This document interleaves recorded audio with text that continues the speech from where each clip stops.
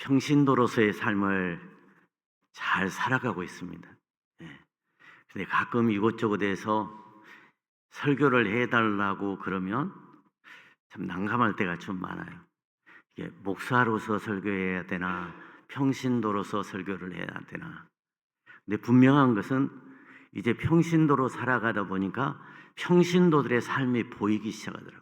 목회자 때 안 보이던 게.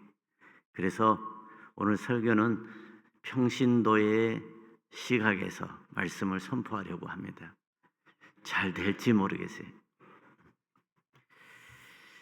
애굽의 총리가 된 요셉이 드디어 형들에게 자신의 정체를 밝힙니다. 내게로 가까이 오소서. 나는 당신들의 아우 요셉이니 당신들이 애굽의 판자라. 자신의 정체를 밝히는 요셉의 이 말에 형들은 얼음땡. 얼마나 섬뜩했을까요? 형들은 요셉을 죽이려고 했어요.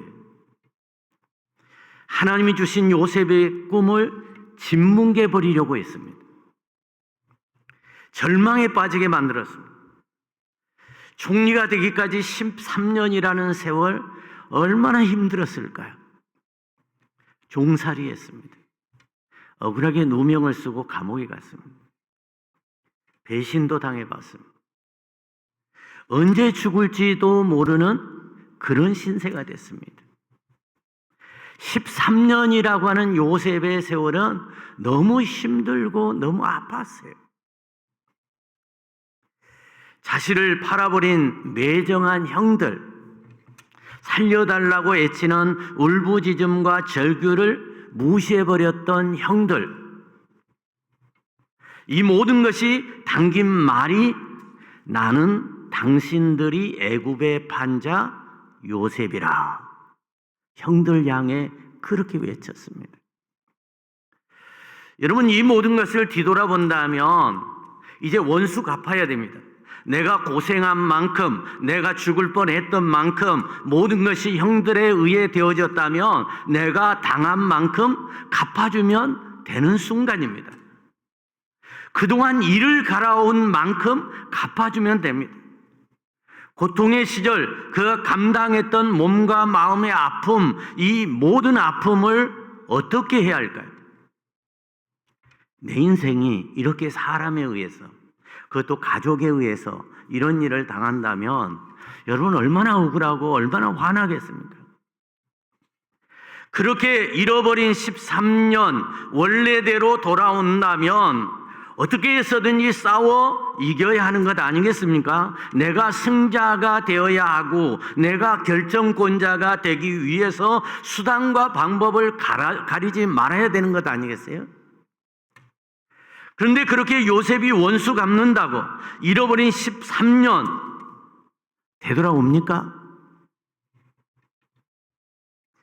그렇게 고통을 당한 형들도 무엇인가 얘기하고 싶은 마음을 요셉이 읽었어요. 그래서 형들이 말하기 전에 요셉이 먼저 형들을 향해 이렇게 말해버립니다. 당신들이 나를 이곳에 팔았다고 해서 근심하지 마소서, 한탄하지 마소서. 형들이 애굽에 나를 판 것은 사실입니다. 팩트가 그렇습니다. 그건 바꿀 수 없는 사실입니다. 그러나 요셉은 그 사실을 바탕으로 다른 얘기를 던집니다. 요셉이 그렇게 해집니다. 지금은 새로운 시작입니다. 이런 의미로 이렇게 말했어요. 하나님이 생명을 구원하시려고 나를 당신들보다 먼저 보내셨나이다. 당신들이 한 일이지만 이 모든 것을 설계한 분은 하나님이십니다. 하나님이 나를 이곳에 먼저 보내신 것입니다. 생명을 구하시려는 하나님의 뜻입니다. 요셉은 형들이 나를 판 것이 아니라 하나님이 나를 보내셨다는 거예요. 그것도 많은 생명을 구하시려는 큰 목적을 가지고 그렇게 하셨다는 것입니다. 만일 형들이 팔았다는 것만 생각한다면 요셉의 인생 스스로 생각해도 너무 비참하지 않겠습니까? 다른 사람들도 아니에요. 사랑하는 형들이에요. 그 형들에 의해서 자기가 팔렸어요. 얼마나 아픈 과거입니까? 얼마나 큰 상처가 요셉의 마음속에 있겠습니까? 그런데 요셉은 이런 사실을 보지 않았어요. 뭘 봤어요? 하나님의 놀라운 계획을 보고, 하나님이 7년 기근에 내 가족들을, 많은 나라와 민족의 생명을 구원하시려고. 아멘입니까? 요셉은 자신의 13년의 고난을 하나님의 뜻으로 승화시켜 버립니다. 하나님이 나를 애굽에 보내셨다는 거예요. 형들이 나를 판 게 아니라는 거예요. 하나님이 나를 보내셨다는 거예요. 내 인생 가운데 하나님께서 하신 하나님의 뜻만 존재한다는 거예요. 인간의 생각, 그건 내게 존재하지 않는다는 것.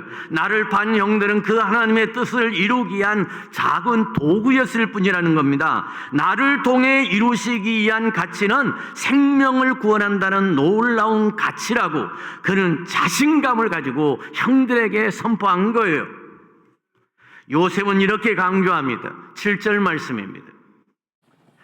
함께 봉독할 수 있었으면 좋겠는데 같이 봉독합니다. 하나님이 큰 구원으로 당신들의 생명을 보존하고 당신들의 후손을 세상에 두시려고 나를 당신들보다 먼저 보내셨나니. 아멘. 그렇습니다. 요셉은 자신의 인생 가운데서 하나님의 위대한 계획을 봤어요. 하나님의 손길을 느꼈어요. 그 하나님의 손길로 나를 통해 이루시기를 원하시는 놀라운 뜻을 보았습니다. 생명을 살리시려는 하나님의 뜻이 자신의 삶을 통해 이루어지는 것을 보았습니다. 대단하잖아요. 여러분, 요셉의 삶을 통해 여러분의 삶에서도 놀라운 하나님의 뜻을 발견하시기를 바랍니다. 물질 문제 안 풀립니까? 질병 문제 안 풀립니까? 자식들 문제 골치 아픕니까? 이런저런 인생의 문제가 안 풀릴 때 내 관점이 아니라 하나님의 관점으로 바라보면 풀릴 줄로 믿습니다. 풀려요. 반드시 풀립니다. 요셉 입장에서 보면 형들이 자신을 노예로 팔았다는 사실이 이해가 될까요? 보디발의 아내의 유혹을 물리쳤는데 감옥에 간다는 것이 이해가 갑니까? 안 됩니다. 도무지 이해가 안 돼요. 내 관점에서 바라보면 하나도 이해가 안 돼요. 그런데 하나님의 관점으로 보았더니 형들이 자신을 노예로 팔고 억울하게 왕들의 감옥에 간 것이 이해가 돼버려요. 하나님이 내 가족을 살리려고 7년 기근에 죽어져가는 많은 생명들을 살리려고 나를 먼저 애굽에 보내셨구나. 너무나 분명하게 이해가 돼버리는 거예요. 내게 왜 질병이 있는가? 내게 왜 장애가 있는가?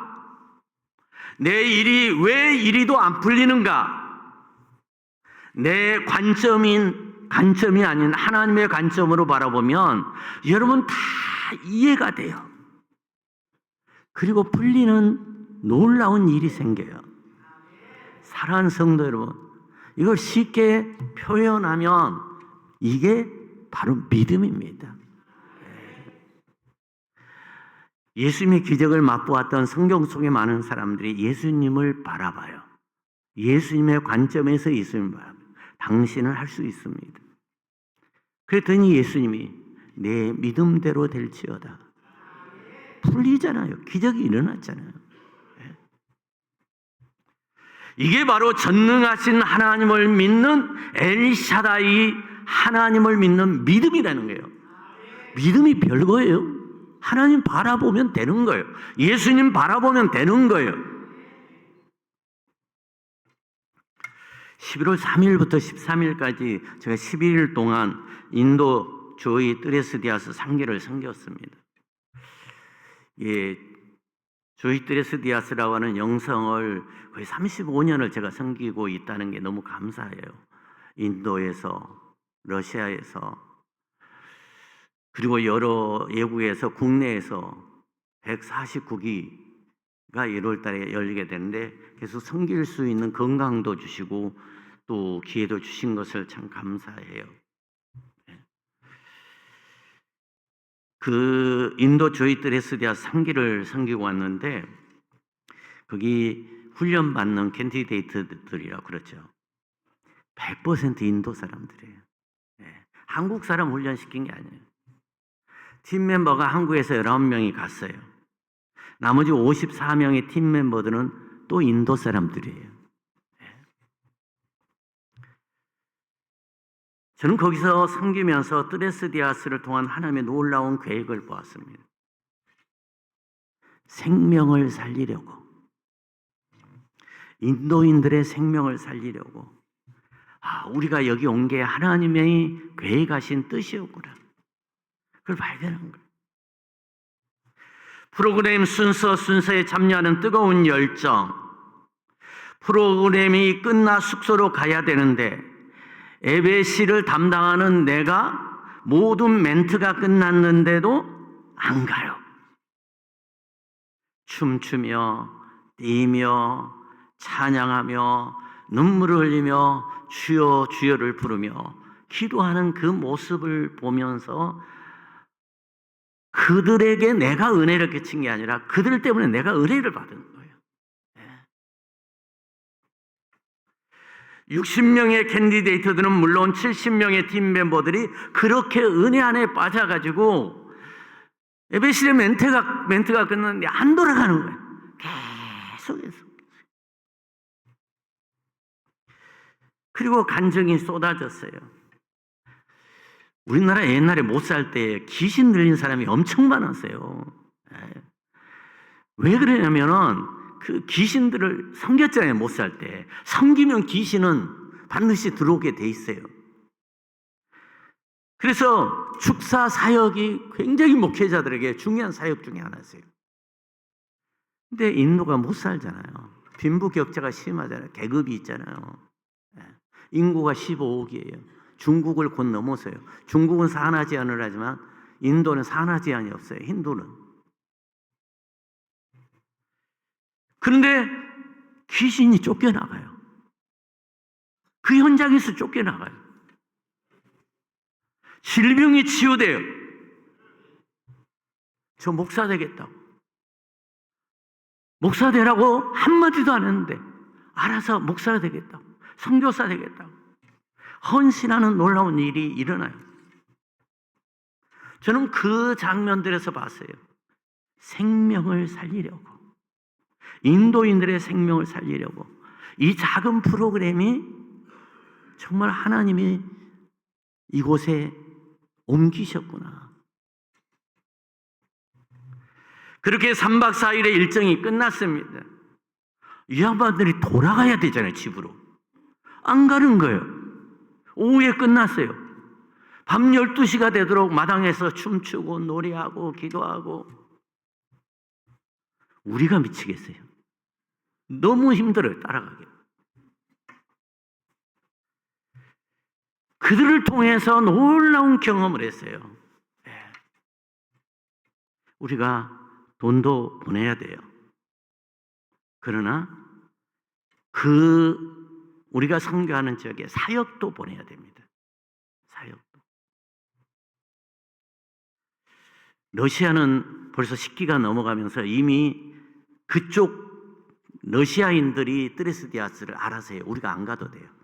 1년에 1명, 2명 우리 스피리처 리더들만 가면 돼요. 그 정도로 자립이 됐어요. 지금 우리가 꿈꾸고 있는 게 하나가 있어요. 러시아와 우크라이나가 전쟁을 하고 있잖아요. 이게 우크라이나 선교사님들이 우리 이 훈련을 참여해요. 전쟁이 끝나면 우리나라에 와서 해달라고. 상처 입은 우크라이나인을 위해서. 그래서 지금 품고 기도하고 있어요.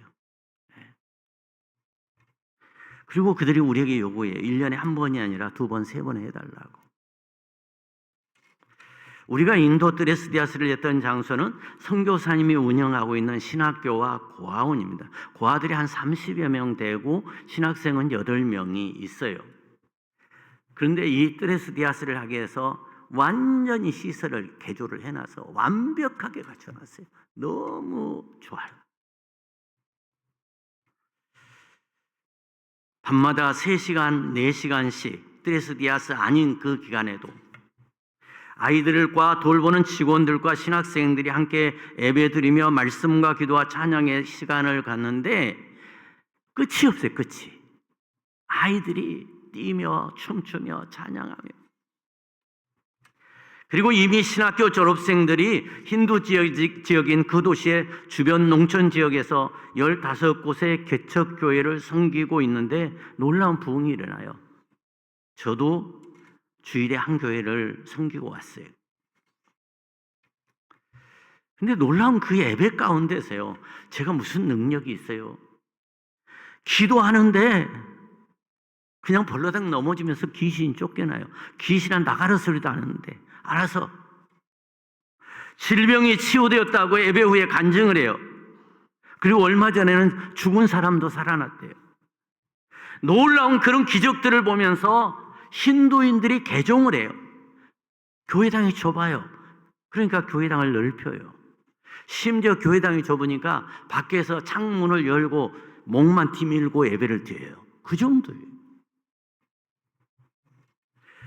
그렇게 교회를 다니기 시작한 사람들이 영성훈련에 오니 뜨거울 수밖에 없죠. 선교사님의 목표가 신학교 졸업생이 100교회를 개척하는 것이랍니다. 신학교 졸업생이.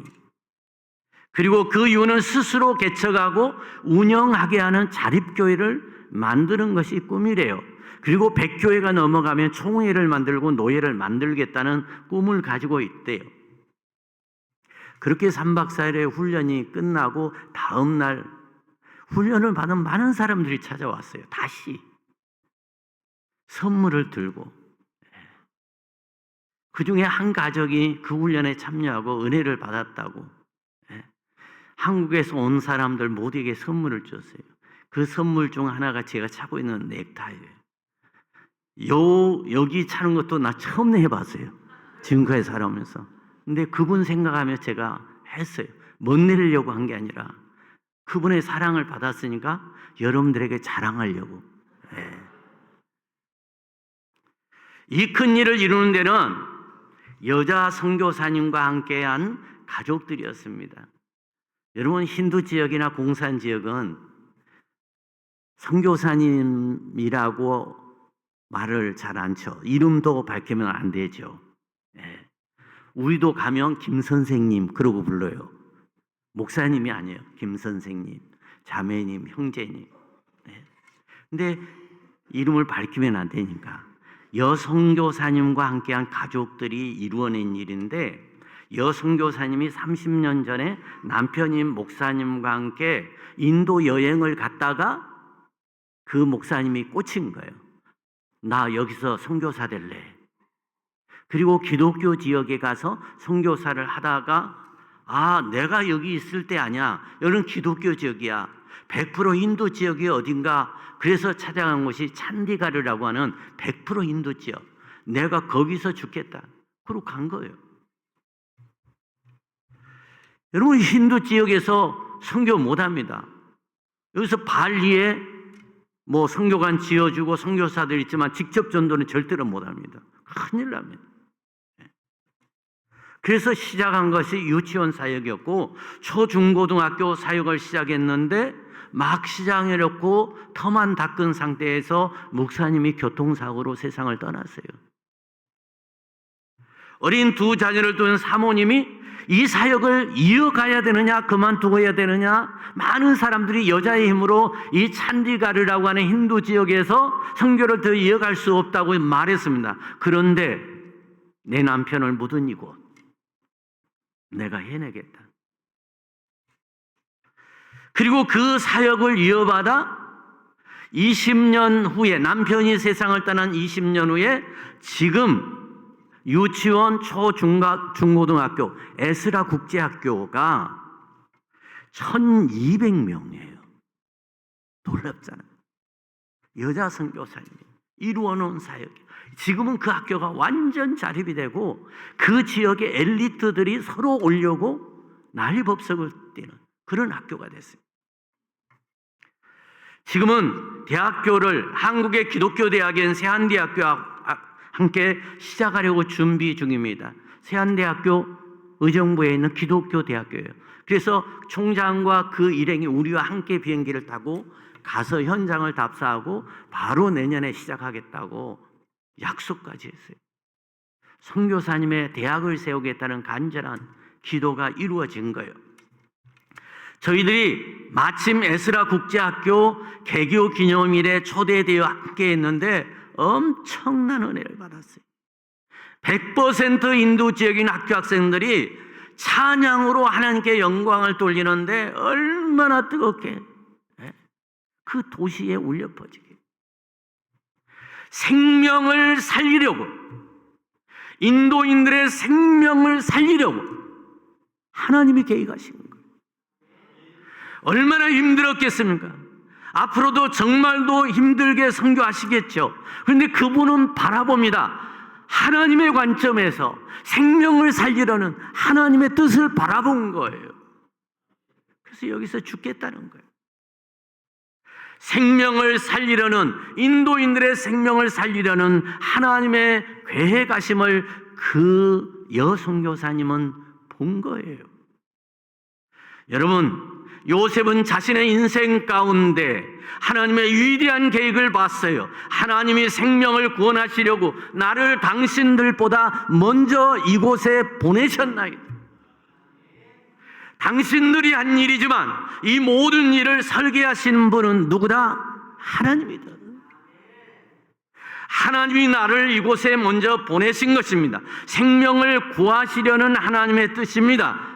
하나님의 손길을 느꼈습니다. 그 손길로 이루기 원하시는 하나님의 뜻을 보았습니다. 하나님이 생명을 구하시려고 나를 당신들보다 먼저 보내셨나이다. 생명을 살리시려는 하나님의 뜻이 자신의 삶을 통해 이루어지는 것을 보았습니다. 이스라엘 백성들 앞에 홍해가 있었어요. 뒤돌아보니 바로와 애굽의 군대가 공격해 옵니다. 내 관점에서 보면 풀리겠습니까? 안 풀립니다. 그런데 하나님의 관점에서 보았더니 풀렸어요. 여러분, 살아가면서 말입니다. 앞으로 나갈 수도 없는 홍해가 내 앞에 있고 뒤돌아보니 애굽 군대가 있을 때가 얼마나 많습니까? 그래서 이러지도 못하고 저러지도 못하고 주저앉아 울 때가 얼마나 많았습니까? 하소연할 때도 없어요. 우리가 10년, 20년 기도해도 풀리지 않았는데 홍해 앞에서 모세가 하나님을 바라봤습니다. 그랬더니 하나님이 말씀하셔요. 지팡이든 내 손을 내밀라. 해결됐잖아요. 내 관점이 아니라 하나님 관점으로 바라봅니다. 그랬더니 해결됐어요. 사랑하는 성도 여러분, 나의 관점에서 하나님의 관점으로 바라보는 눈이 필요합니다. 이스라엘 백성들은 골리앗을 내 눈으로, 내 관점으로 바라보았습니다. 그래서 두려웠던 거예요. 그러나 다윗, 하나님의 관점으로 골리앗을 바라보았습니다. 그랬더니 물리쳐 이겼잖아요. 예수님의 제자들 5,000명의 사람과 보리떡 5개와 물고기 2마리만 받습니다. 이걸 가지고 뭐 하겠냐는 거예요. 그러나 예수님은 아무 말씀 없이 하늘의 하나님을 바라보며 축사했더니 오병이어의 기적이 일어났지 않습니까? 사랑하는 성도 여러분, 그래서 나를 바라보지 마세요. 아무리 잘생겼어도 목사님 바라보지 마세요. 해결 못합니다. 전능하신 하나님만 바라보세요. 목사가 강단에 서서 이런 설교 수없이 합니다. 그런데 교회 문 나서면 또 그러면 세상 또 바라보고, 나를 힘들게 하는 그 인간 바라보고. 여러분, 전능하신 하나님만 바라보십시오. 그러면 부족한 것이 보이지 않습니다. 힘든 게 보이지 않습니다. 절망이 보이지 않습니다. 문제의 벽이 보이지 않습니다. 원망, 불평이 내 입에서 사라지게 됩니다. 모든 일이 풀리는 기적을 체험하게 됩니다. 오늘 이 시간은 2025년을 보내는 송년 주일 예배로 드리고 있습니다. 지나간 어제, 지나간 2025년 살아온 나의 힘든 모든 삶의 순간들을 바라보지 마세요. 신세 타령하지 말라는 얘기예요. 신세 타령하면 꼭 나오는 게 있습니다. 함께 한숨. 그리스도인의 입에서 한숨 나오면 안 돼요. 미래의 나를 통해 펼치실 하나님의 뜻만 바라보십시오. 우린 전능하신 하나님을 믿는 그리스도인입니다. 하나님의 자녀입니다. 믿습니까? 사랑하는 성도 여러분, 여기 지금 몸이 아프신 분 있습니까? 지금 아픈 내 몸을 바라보지 마시고 아픈 나를 통해 이루실 하나님의 뜻을 바라보시기 바랍니다. 지금 내 가족, 내 자녀에게 문제가 있습니까? 문제 가운데 하나님의 뜻을 바라보십시오. 지금 물질의 문제가 있습니까? 물질의 어려움 가운데 하나님의 뜻을 바라보십시오. 지금 사업이나 직장에 문제가 있습니까? 문제 가운데 하나님의 뜻을 바라보십시오. 지금 여러분의 모든 문제에는 하나님의 설계가 있어요. 하나님의 뜻이 있어요.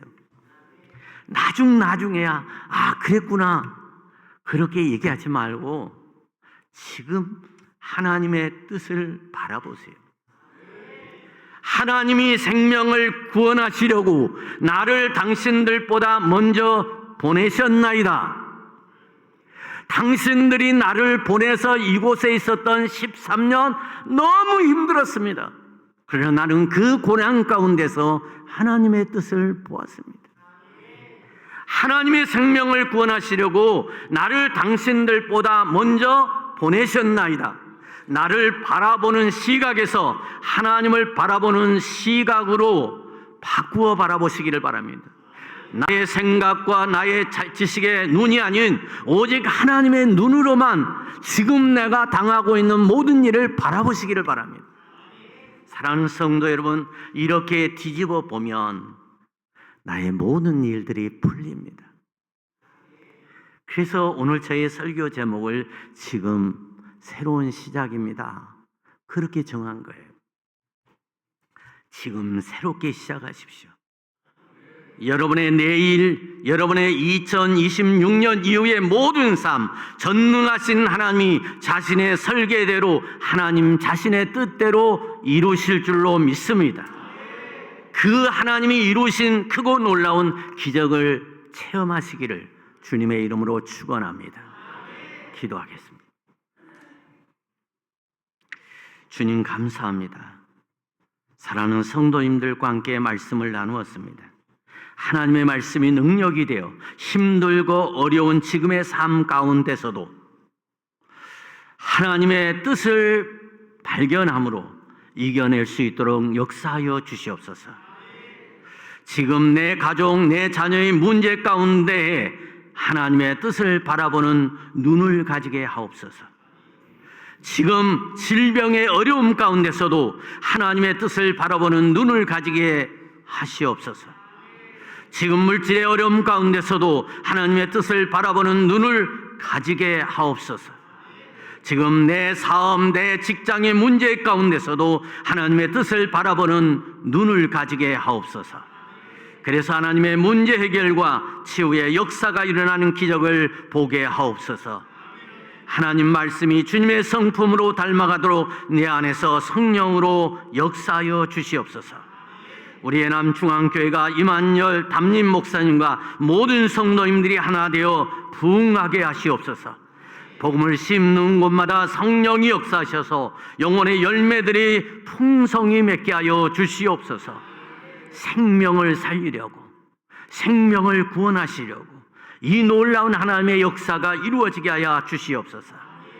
하나님의 가장 선하신 뜻대로 우리를 이끄시는 주님의 이름으로 기도드리옵나이다. 아멘.